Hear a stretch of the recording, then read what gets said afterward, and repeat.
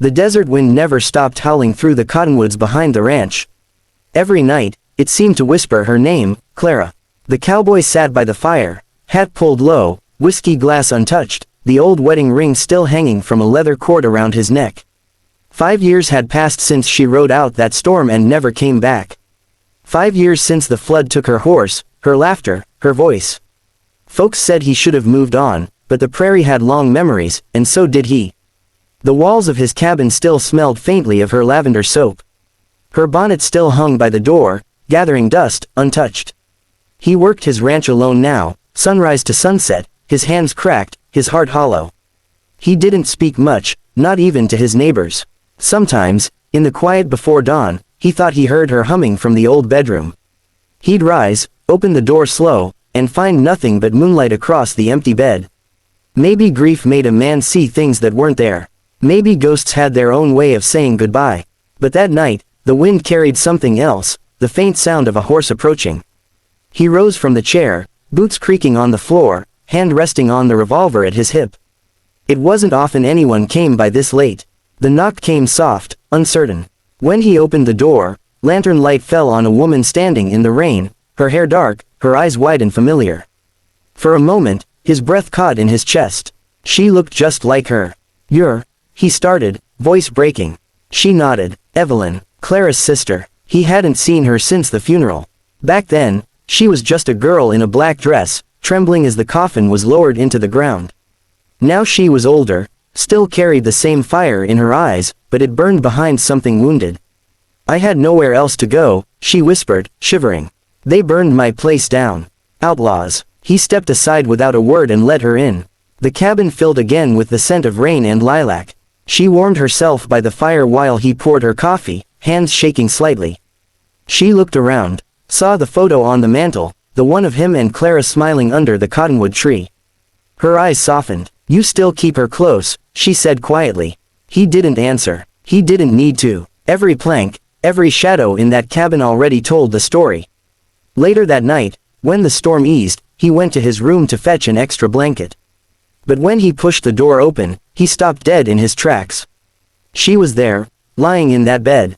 Clara's bed. The firelight from the hearth flickered across her face, and for a moment his heart twisted. She looked so much like her sister it hurt to breathe. Her lips parted softly. "I'm sorry," she whispered. There was nowhere else. He swallowed hard, turned his face away. "You shouldn't sleep there," he muttered, his voice low, almost trembling. She looked up at him, her eyes glistening. "Would she mind? I just needed to feel safe."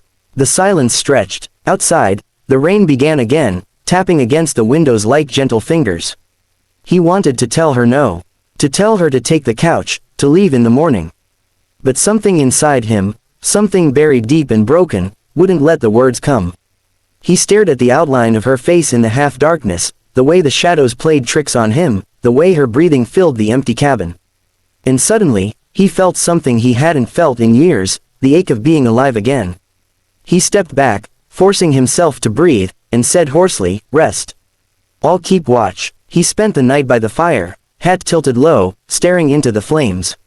Sleep wouldn't come. Every time he closed his eyes, he saw her face, sometimes Clara's, sometimes Evelyn's, blurring together like ghosts in the smoke.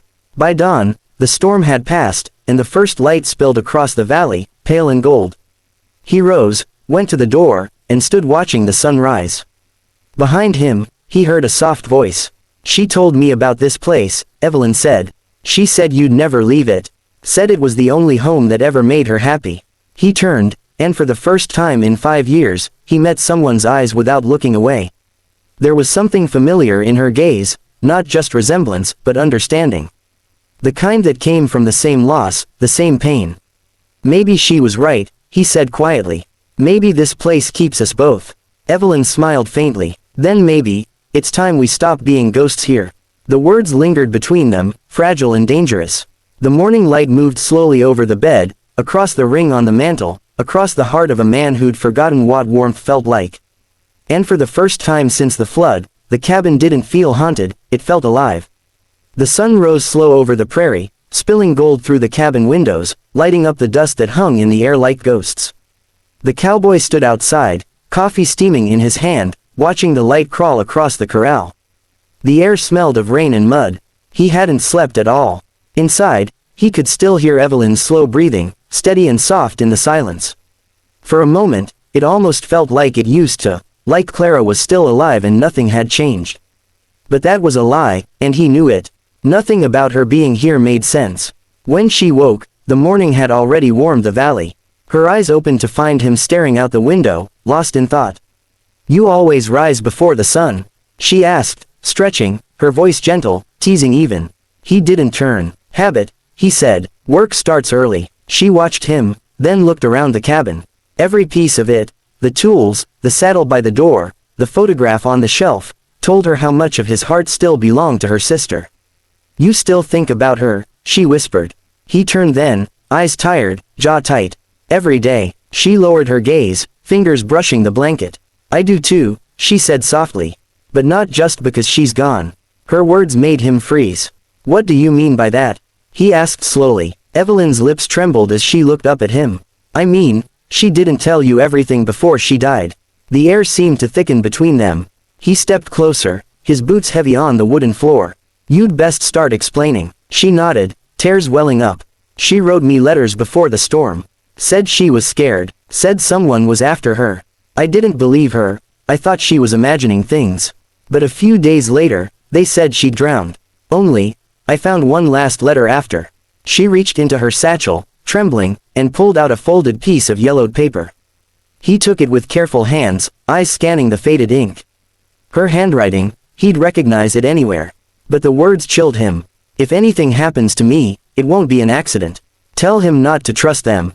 He looked up sharply. "Not to trust who?" Evelyn shook her head. "She never said, only that it was someone close to you.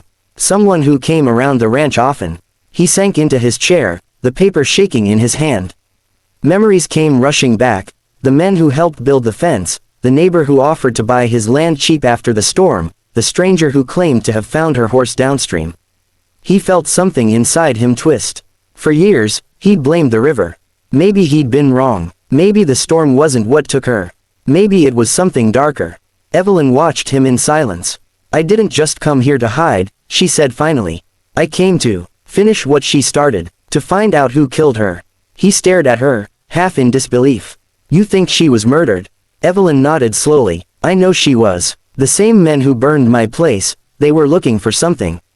They said her name." He rose suddenly, pacing. "Why come to me then?